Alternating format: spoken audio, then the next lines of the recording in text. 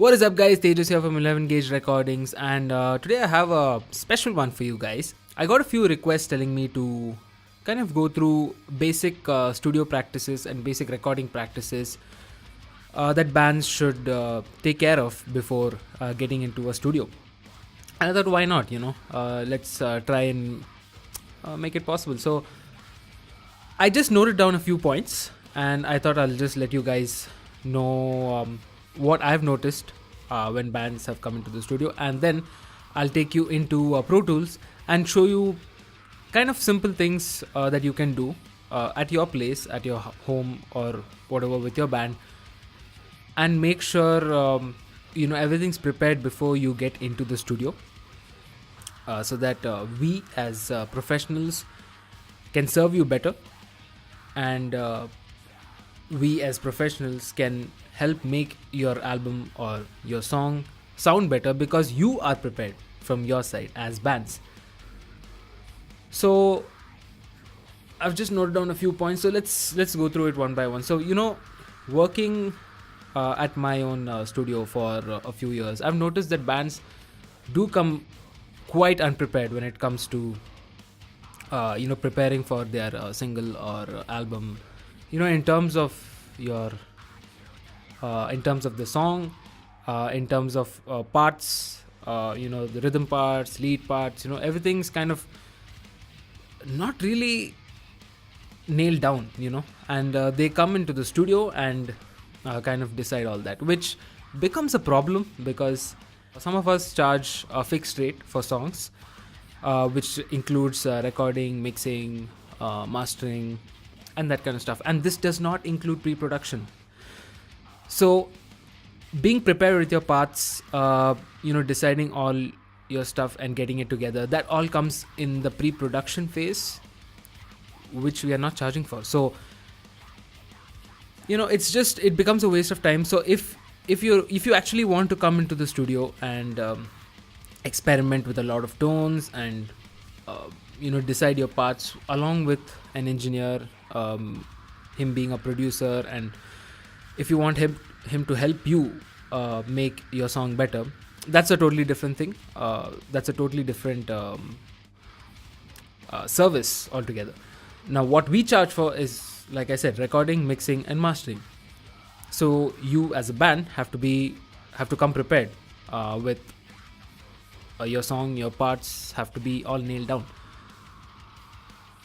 So that's the first thing I've noticed. The second thing is, your songs, especially in this case, are not meant to be created at the studio. It's supposed to be, if you're hiring an engineer to be to record your songs and mix and master your songs, I expect the band to be prepared quite well before coming into the studio.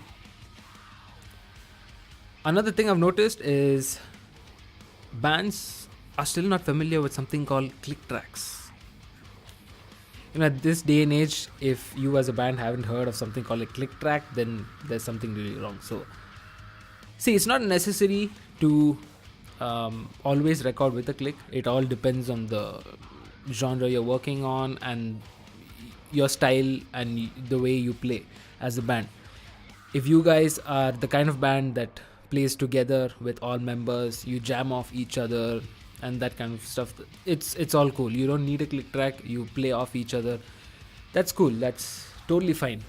But if you're trying to do something, if you're trying to make something like a rock or a metal record, and you need everything to be spot on and on time, you need to record to a click. There's no other way to do it. And if you haven't heard of a click, that's just really disappointing. So please get yourself familiarized with a click track. You can design a click track to work with you and to work for your song. So you can spend some time, set the click track to where you are comfortable recording it, and it'll be smooth from there on. So that's another point. So I'm going to show you on Pro Tools how I approach recording, say a demo, or how I start off recording a song. So I usually have a being a guitarist, I usually have a riff or something in mind, or I'm just sitting with my guitar and there's something interesting that comes along. I just record it.